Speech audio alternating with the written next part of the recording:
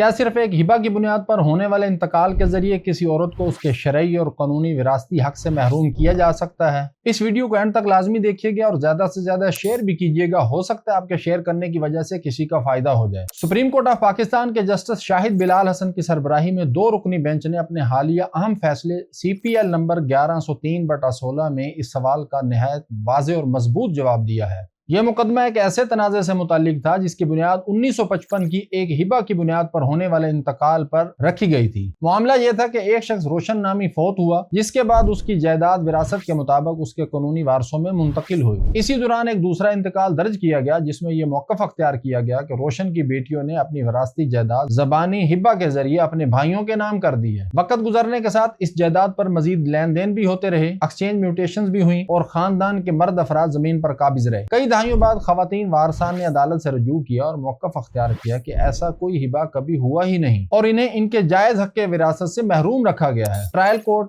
Applet court اور حتیٰ کہ ہائی کورٹ نے بھی خواتین کا دعویٰ مسترد کر دیا اور اس پر زیادہ زور دیا کہ انتقال بہت پرانا تھا اور اس پر کافی وقت گزر چکا تھا، اس لیے اب اسے چیلنج نہیں کیا جا سکتا۔ لیکن سپریم کورٹ آف پاکستان نے ان فیصلوں کو غلط قرار دے دیا۔ سپریم کورٹ آف پاکستان نے اپنے فیصلے میں واضح کیا کہ صرف میوٹیشن یعنی انتقال کسی بھی صورت میں ملکیت کا ثبوت نہیں بنتا۔ میوٹیشن یعنی انتقال محض ریونیو ریکارڈ کے لیے ہوتا ہے، نہ یہ ملکیت پیدا کرتا ہے اور نہ ختم کرتا ہے۔ اگر کوئی شخص زبانی ہبہ کا دعویٰ کرے تو قانون کے مطابق اس پر لازم ہے کہ وہ ہبہ کے 3 بنیادی عناصر ثابت کرے۔ پہلا یہ کہ ہبہ کا واضح اعلان، دوسرا اس ہبے کی قبولیت اور تیسرا قبضے کی حقیقی حوالگی۔ عدالت نے یہ بھی کہا کہ جب ہبہ کا نتیجہ یہ نکلے کہ خواتین کو ان کے شرعی اور قانونی وراثتی حق سے محروم کر دیا جائے تو ایسے دعووں کو معمولی انداز میں نہیں دیکھا جا سکتا، بلکہ عدالت کو ان کا انتہائی سخت معیار پر جائزہ لینا ہوگا۔ اس مقدمے میں سپریم کورٹ نے دیکھا کہ نہ تو کوئی قابل اعتماد گواہ موجود تھا، نہ قبضہ کی منتقلی کا کوئی واضح ثبوت تھا اور نہ ہی یہ ثابت ہو سکا کہ خواتین نے جان بوجھ کر اپنے حقوق چھوڑے۔ بلکہ عدالت نے ایک اور اہم نقطہ نوٹ کیا